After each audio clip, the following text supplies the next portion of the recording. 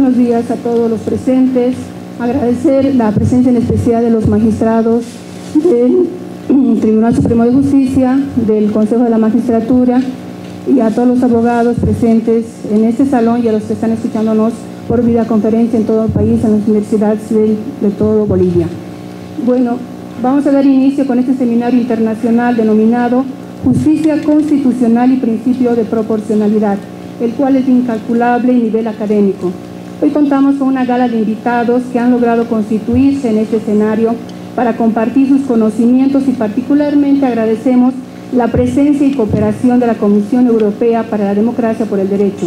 Creada en 1990, tras la caída del muro de Berlín, es más conocida como la Comisión de Venecia, en atención a que esa ciudad italiana acoge a la Comisión presencialmente 4 veces al año para que hagan sus reuniones. Cabe señalar y reiterar lo que al inicio hizo presente el representante de la Comisión de Venecia, que está compuesta por 61 Estados miembros, entre ellos 47 miembros del Consejo de Europa y otros 14 países como son Argelia, Brasil, Chile, Corea del Sur, Costa Rica, Estados Unidos, Israel, México, Perú y otros. Llamó muchísimo mi atención una particularidad de la Comisión de Venecia dispuesta en su estatuto, pues comparto y aplaudo la disposición en la que señala que dentro de sus primordiales objetivos promueve la justicia constitucional como función jurisdiccional del control de constitucionalidad, incluyendo la jurisprudencia de derechos humanos como elemento clave para la democracia, la protección de los derechos humanos y el Estado de Derecho. Entre sus instrumentos para el logro de sus objetivos se encuentra el participar en conferencias y seminarios regionales con el intercambio de jurisprudencia en el seno de los grupos regionales. Así me complace presentar a nuestro primer expositor, el doctor Jan Reinhard Siegmann, profesor de Teoría Jurídica y Filosofía Jurídica de la Universidad de Erlangen de Alemania, con el tema Principio de Proporcionalidad desde la perspectiva alemana. Antes de ceder el uso de la palabra al primer expositor, quisiera hacer conocer notas relevantes biográficas del mismo. El doctor Jan Reinhard Siegmann es profesor de Teoría Jurídica y Filosofía del Derecho en la Universidad de Erlangen-Nürnberg. Estudió Derecho y Filosofía en la Universidad de Göttingen, primer y segundo examen de Derecho. Doctorado en la Universidad Göttingen en 1988, profesor de Derecho Público en la Universidad de Bamberg, 1998 al 2008. Desde 2009 da clases en la Universidad de Erlangen-Nürnberg. Desde 2016, profesor de Teoría Jurídica y Filosofía del Derecho, profesor en la Universidad de Buenos Aires 2007-2012. Los principales campos de investigación de este eminente doctor son la filosofía jurídica, teoría de la argumentación, derechos humanos y constitucionales. Ahora cedo el uso de la palabra al doctor Reinhard Siegmann para que pueda exponer el primer tema. Muchas gracias.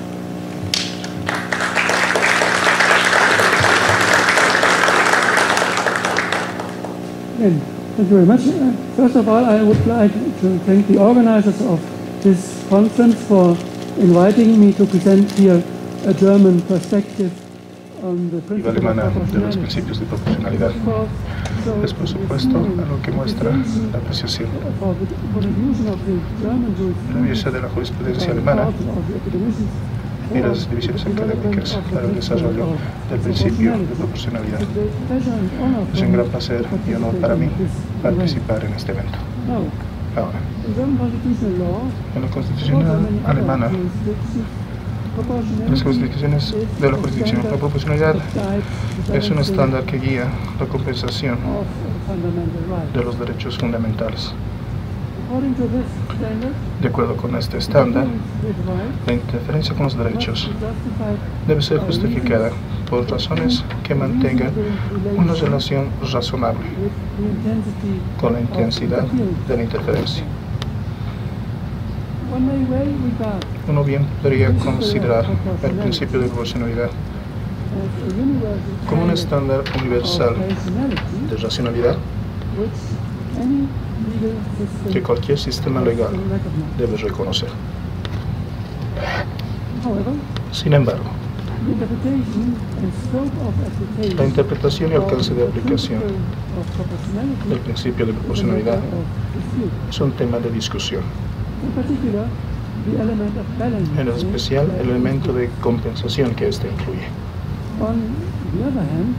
Por otro lado, ninguna alternativa parece estar disponible que podría reemplazar la compensación.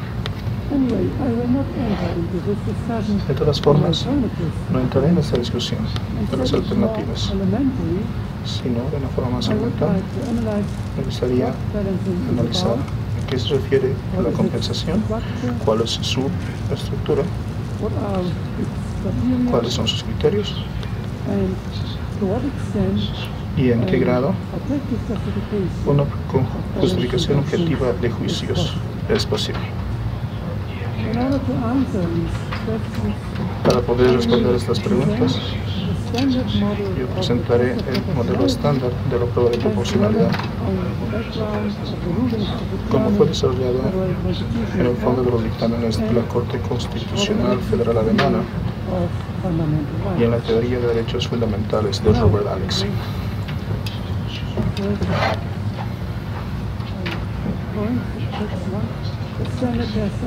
La prueba estándar de proporcionalidad. El principio de proporcionalidad aplica, en particular, como una prueba para la justificación constitucional de la infracción de los derechos fundamentales. El primer punto es la presuposición, que puede ser llamado el modelo de principios.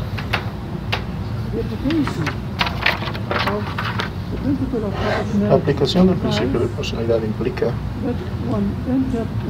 que uno interpreta los derechos fundamentales como un principio, lo cual puede conflictuar con otros principios o entre ellos, y figuran como una razón de compensación de principios de competencia.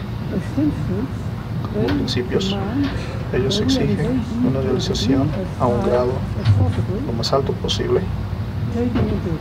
tomando en cuenta las posibilidades normativas y factuales.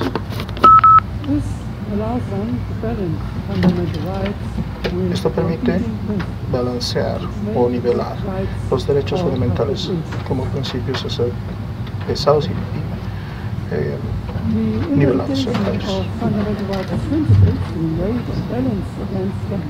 La interpretación de los principios van a ser nivelados con los principios de competencia. Se mantiene el entendimiento de los derechos como triunfos contra los objetivos políticos o cortafuegos, los cuales presentan estrictas o casi absolutas fronteras para la acción del Estado. Este entendimiento de derechos podría ser bastante común, pero no es defendible. Que una garantía absoluta de derechos no puede ser justificada sin saber cuáles podrían ser las razones para la interferencia. Consecuentemente, la idea de que los derechos son fronteras absolutas de acción del Estado usualmente lleva a una definición estrecha del alcance de estos derechos, lo cual asegura que estos derechos no conflictúan con intereses importantes. Por lo tanto, protección estricta de los derechos, excluyendo la compensación, implica una pérdida en la sustancia de la protección de los derechos fundamentales. En contraste, la interpretación de los derechos como principios suaviza la protección de los derechos, pero agranda su alcance. Esto tiende a ser una protección exhaustiva de los intereses subyacentes a los derechos fundamentales. Al final, esta protección puede ser igualmente fuerte como aquella de acuerdo con la interpretación absoluta de los derechos, cuando existen buenas razones para tal protección. Así necesitamos no tener una pérdida en sustancia, pero tendremos una ganancia en la racionalidad de la protección de los derechos fundamentales. Por lo tanto, parece claramente preferible la interpretación de los derechos fundamentales.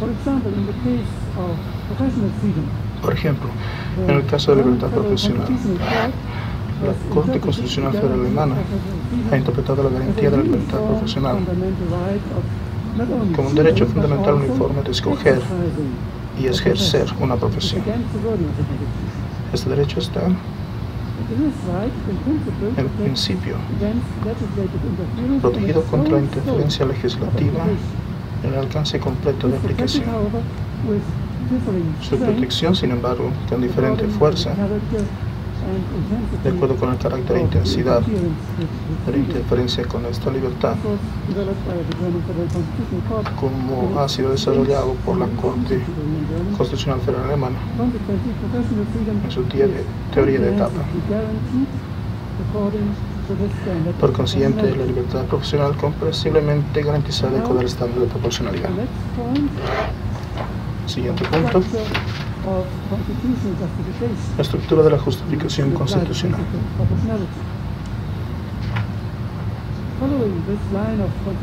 Siguiendo la línea de interpretación constitucional, en el caso de interferencia con libertad o derecho de defensa, el análisis de la justificación de esta interferencia incluye primero la declaración de que hay una interferencia con el derecho y segundo, la justificación de esta interferencia de acuerdo con los estándares de la ley constitucional. Entre estos estándares de justificación constitucional, el principio de proporcionalidad es de crucial importancia.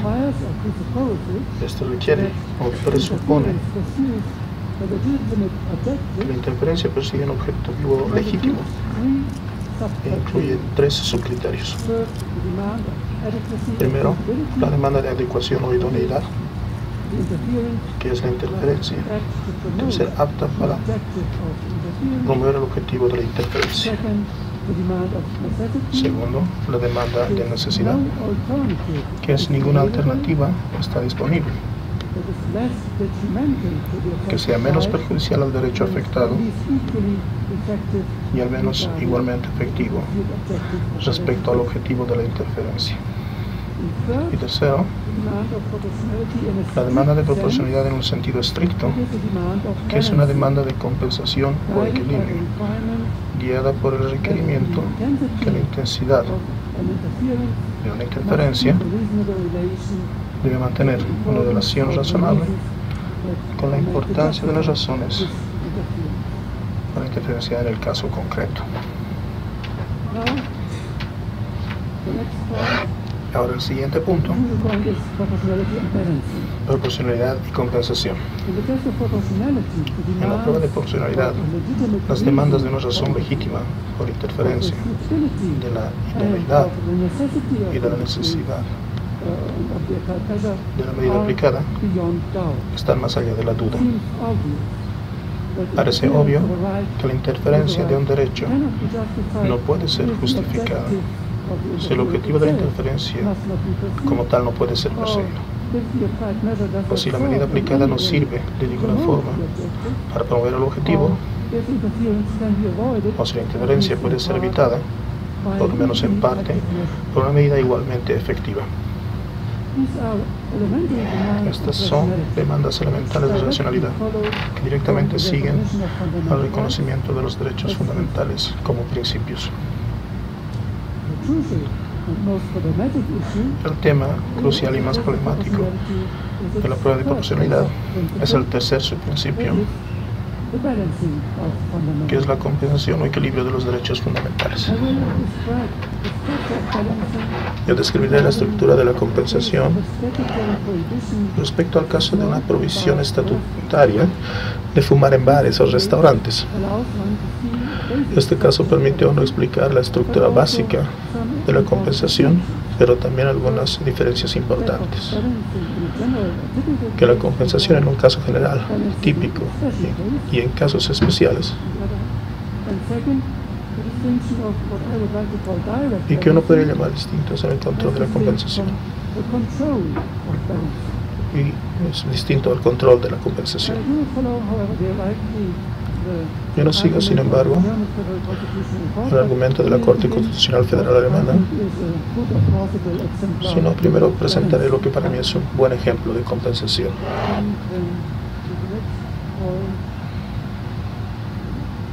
Pasando al siguiente punto.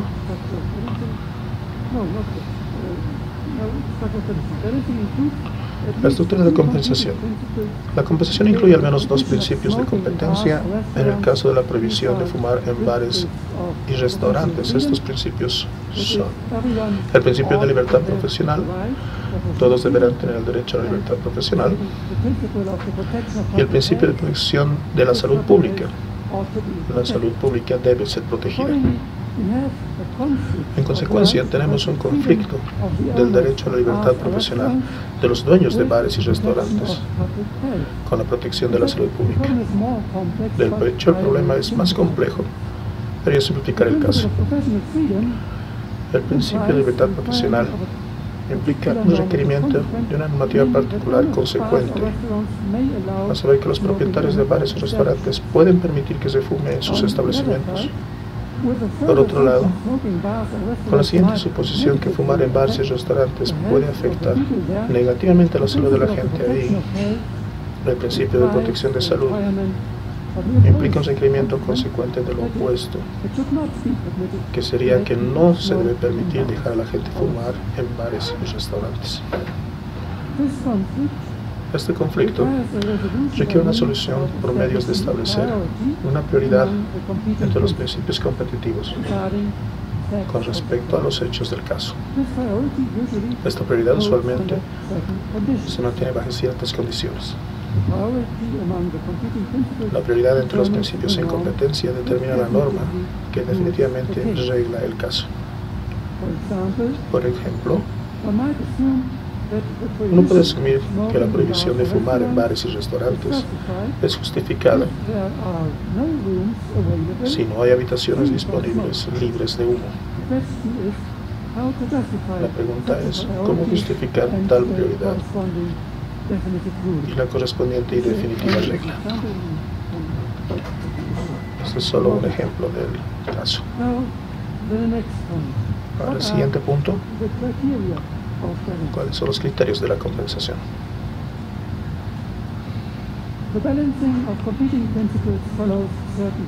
La compensación sigue ciertos criterios. Estos son, por un lado, el peso abstracto de los principios de competencia y el grado en que estos principios son afectados por la solución escogida. Ahora, el peso abstracto y grado de interferencia como primer punto. El peso abstracto de un principio expresa la importancia de un principio comparado con otros principios, pero sin considerar el grado de interferencia o cumplimiento del principio respectivo en un caso particular o concreto. En general, podemos asumir que todos los derechos fundamentales son de gran importancia. Aún así, podemos definir diferencias. Por ejemplo, en el abstracto, el derecho a la vida es más importante que el de la integridad corporal. Y ambos son más importantes que el derecho al ejercicio de la libertad profesional de un individuo y aún más el derecho a hacer lo que uno quiera. En este primer acercamiento, podríamos ordenar el peso abstracto de los principios como alto, medio o bajo. Sin embargo, distinciones más finas son posibles y podrían ser necesarias. Pero las distinciones de alto, medio y bajo es un buen inicio. El grado de interferencia depende en lo que se pierde respecto al cumplimiento de un derecho al aplicar cierta medida restrictiva. El grado de interferencia corresponde al grado de cumplimiento logrado al abstenerse de dicha medida. Por ejemplo, la prohibición de ejercer cierta profesión es más restrictiva que un requerimiento para aprobar un examen, y ambas son más restrictivas que los requerimientos que solo afectan los aspectos menores del ejercicio de la profesión, como por ejemplo la obligación de informar acerca de los riesgos de ciertos productos. Otra vez, uno puede comparar y ordenar grados de interferencia de los riesgos como alto, medio o bajo. Al final, si la demanda de proporcionalidad en un sentido estricto es lograda, depende de ambos factores: el grado de afección de los principios competitivos y su peso abstracto. Ambos aspectos determinan el peso o importancia de un principio en el caso concreto o particular. El principio con mayor importancia en el caso particular merece prioridad contra el principio competitivo. Esa es parte de la estructura de la compensación, el criterio de la compensación. Ahora tenemos a la primera distinción importante del caso general, la compensación del caso general. Primero, la compensación en el caso general. En el caso de la prohibición a fumar en bares y restaurantes, un balance plausible con respecto a un caso típico general parece ser como sigue. De acuerdo a la dimensión del peso abstracto, ambos principios de libertad profesional y salud pública están en el abstracto de gran importancia. Uno puede discutir, sin embargo, que la protección de la salud pública tiene un peso abstracto mayor que la libertad profesional. Entonces, en general, sin considerar circunstancias particulares de un caso respectivo y los grados de interferencia respectivos, uno debe siempre considerar como justificada una ley que restringe la libertad profesional para proteger la salud pública. Uno no debe aceptar un derecho a hacer dinero a costa de la salud de la gente. Así que podríamos evaluar el peso abstracto de la salud pública en este caso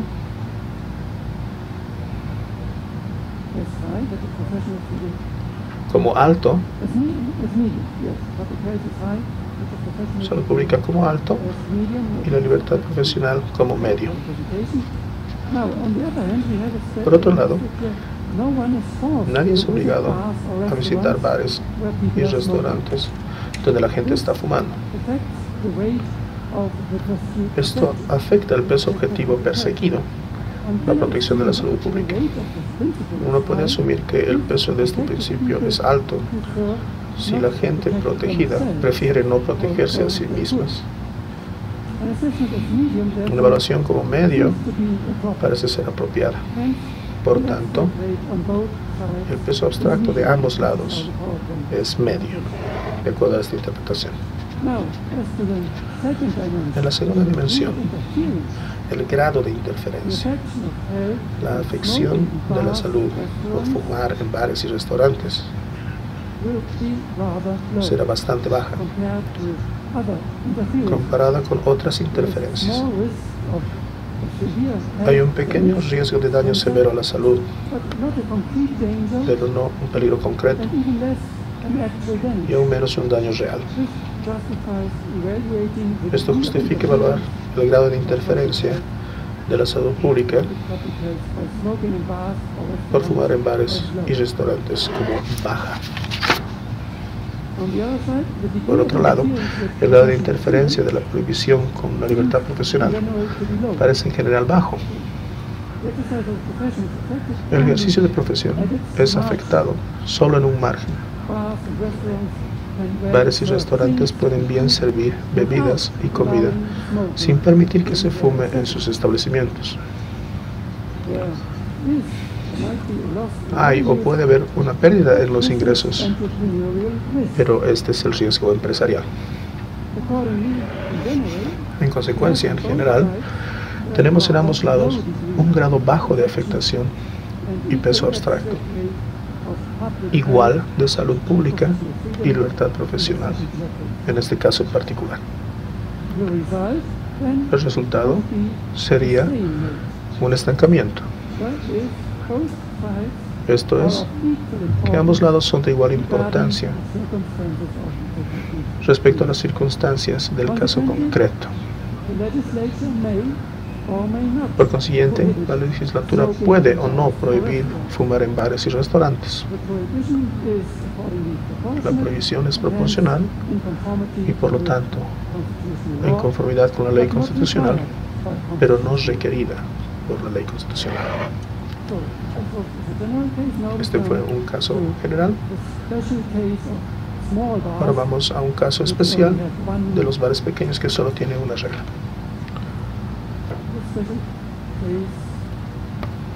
El caso especial de bares o restaurantes pequeños es que no se puede tomar ventaja, que se te va a obligar a tener al local un ambiente especial para fumadores. Esto podría afectar el equilibrio. Uno puede argumentar que los bares de un solo ambiente se ven afectados en un grado mayor. De hecho, se evidencia que la existencia económica de algunos de ellos estaba en peligro. Asumiendo un peso abstracto igual del derecho de libertad profesional y las razones para su restricción, la conclusión sería que el grado de afectación más alto de los bares pequeños, los restaurantes que dependen de los fumadores, debe inclinar la balanza en favor de su derecho de libertad profesional. Así que la prohibición de fumar sería inapropiada en ese caso. Esta sería la primera distinción entre casos generales y especiales. El siguiente punto es la compensación directa y el control de compensación. Como mencioné antes, la Corte Federal Constitucional Alemana no sigue la línea de compensación. Esta asumió que la restricción era una seria interferencia con el derecho de libertad profesional por las pérdidas de ingresos que ésta causó. Por eso, por otro lado, el objetivo legislativo de proteger la salud pública considera el interés público predominantemente importante y que la legislatura puede ver un daño significativo para este bien. De este modo, se puede ver que hay un daño significativo. Sin embargo, la objetividad de los juicios se puede ver afectada por limitar el control y cambiando los grados de interferencia de acuerdo con el peso concreto de la protección de la salud pública y la legislación. Este asumió que la legislatura podría haber dado estricta prioridad a este objetivo, justificando incluso una restricción que puede llevar al cierre de algunos bares y restaurantes pequeños. En esta perspectiva de control, la Corte no equilibra la libertad profesional y la salud pública de acuerdo con su propio juicio. No busca la evaluación más plausible de los factores de la compensación, sino por los límites mayores en los cuales las evaluaciones permanentes de la legislatura se mantienen defendibles. En nuestro esquema de compensación, la legislatura podría haber evaluado el peso abstracto de la salud pública o su grado de afección como alto.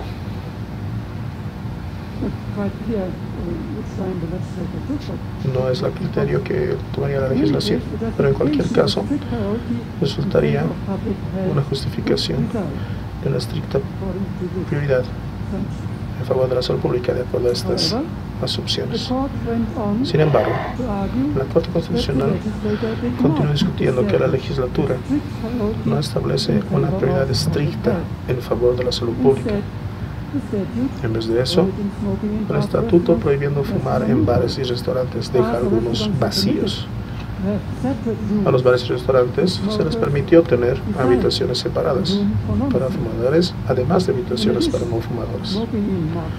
Además, fumar en marquesinas o tiendas usadas en festivales estaba permitido y algunas otras excepciones fueron otorgadas.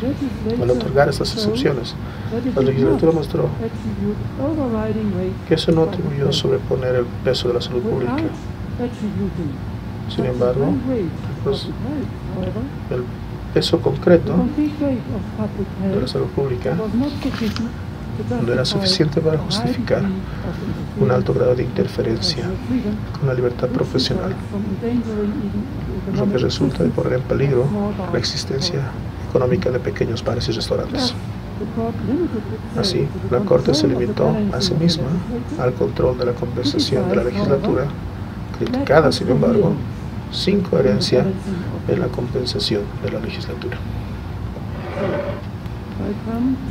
Entonces, llego a la conclusión.